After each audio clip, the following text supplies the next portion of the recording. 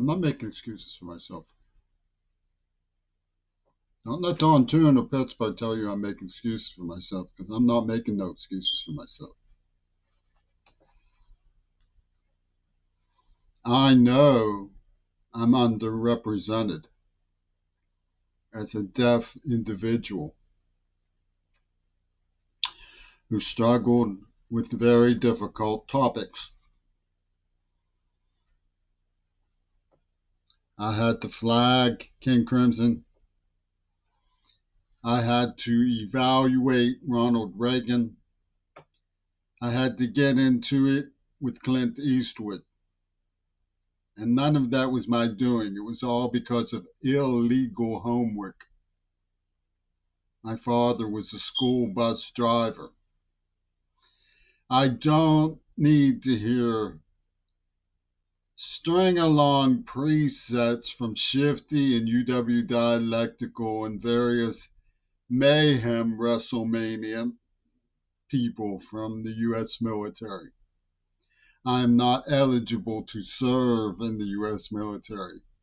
They took care of that because they thought I was a cad. So they deafened me as Mercy Ball. Wasn't that nice of them?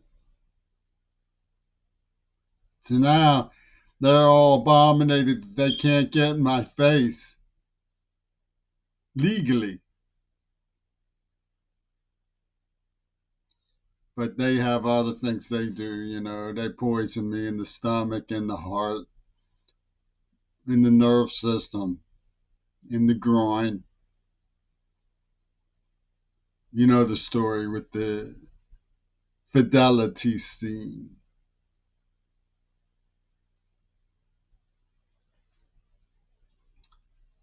And you say I'm a carryover from the old days when hippies could get laid.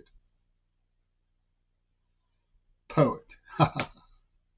In the Nietzsche sense. Fools, poets. Fools. An imitator of Penis J. Sinfield. Khalid Gibran, Rumi, Nito, Arabic. I don't believe in bombing school buses. Like everyone else, I was a little agog at the birdie flight into Israel. Like any sensible person, I took offense at the targeting of the supernova rave. Like a good conspiracy theorist, I wondered, why did they pick a man with a name like Sinwar? After all, I worked in a medical library when AIDS happened. Remember that? And David Bowie, the man who wrote This Ain't Rock and Roll, This is Genocide, got in my face for being too curious about what was going on. Now I'm supposed to be in like Sinwar over Gaza. Make no mistake. You should stop bombing Gaza. Those are children. You're ruining the name of the United States of America. You're ruining it.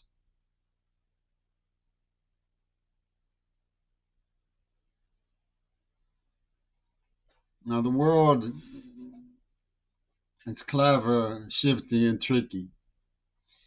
They have Sinwar. He's sure that George Floyd is just like them guys down there in Gaza. Nelson Mandela.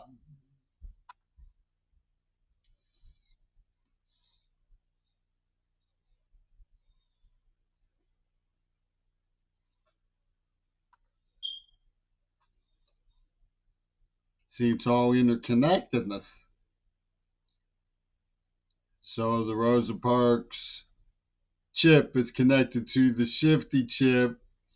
The Rohingya chip is connected to the Tiny Ripper Hatter Shannon Harp's chip. And it's all a bonus script from Eastwood. Seattle put on their spinner beanies and had themselves a thinky poo.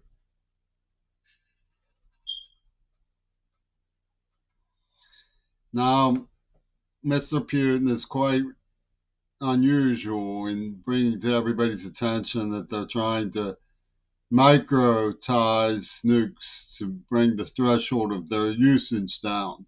This looks like a factual evaluation of Nosferatu at work and the University of Pittsburgh. But I can't help noticing that Putin went along with a lot of stuff. And the presets are all being worked by Brian Eno. And Yanis Very Fake is. Now I'm starting to mutate in a macabre way from Parkinson's. I can see the changes in my aspect in my neck and my posture. So I'm not going to keep at this much longer. I'm going to retire into senior citizens oblivion. Unless somebody gives me what I ask, which is the money I need to look after myself and my work off by myself as an anachronism. Because one thing people with Parkinson's really crave is invisibility. We don't like being looked at, pitied, and stared at.